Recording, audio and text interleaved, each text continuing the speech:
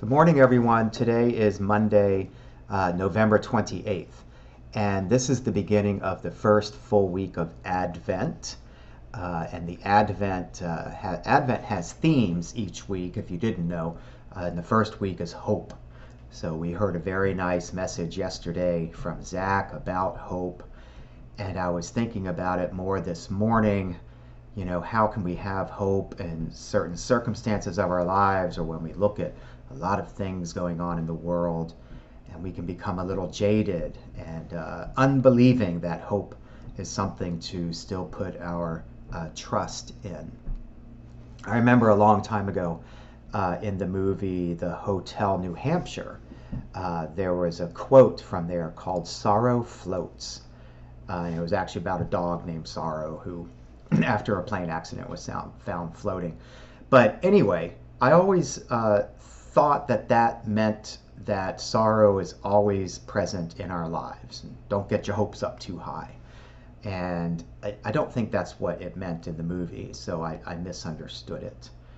But I've also, for a long time, I thought the quote was "Hope Floats." And there is a movie called Hope Floats, although I've never seen it.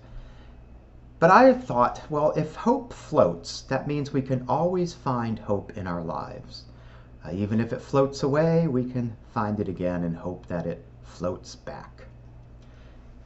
I was thinking about all of this morning, and my message is that even though hope sometimes is something, seems like something so far away, so foreign to our lives, it's still out there.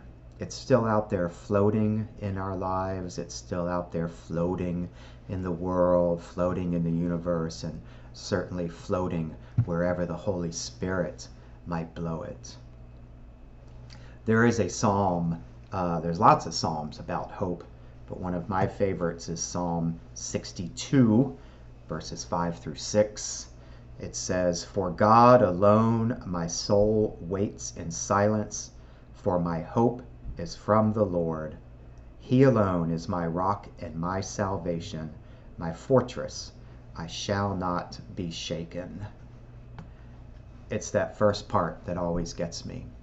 For God alone, my soul waits in silence. Sometimes that's what I feel like I do, wait in silence. But I can also have hope that even in what seems like a silent God in my life, God's not silent. God is not away from me. God is not away from you. God hasn't sunk to a depth that you can never be reconnected with God. So if you are suffering or feeling a little bit of hopelessness in your life, especially during this season as we look forward to the coming of Jesus into the world again, know that even if you can't find the hope today, that there are others keeping it afloat for you. I will keep it afloat for you. And if you are someone who knows how to keep hope afloat in your life, keep an eye out for those who are having trouble and share it this season.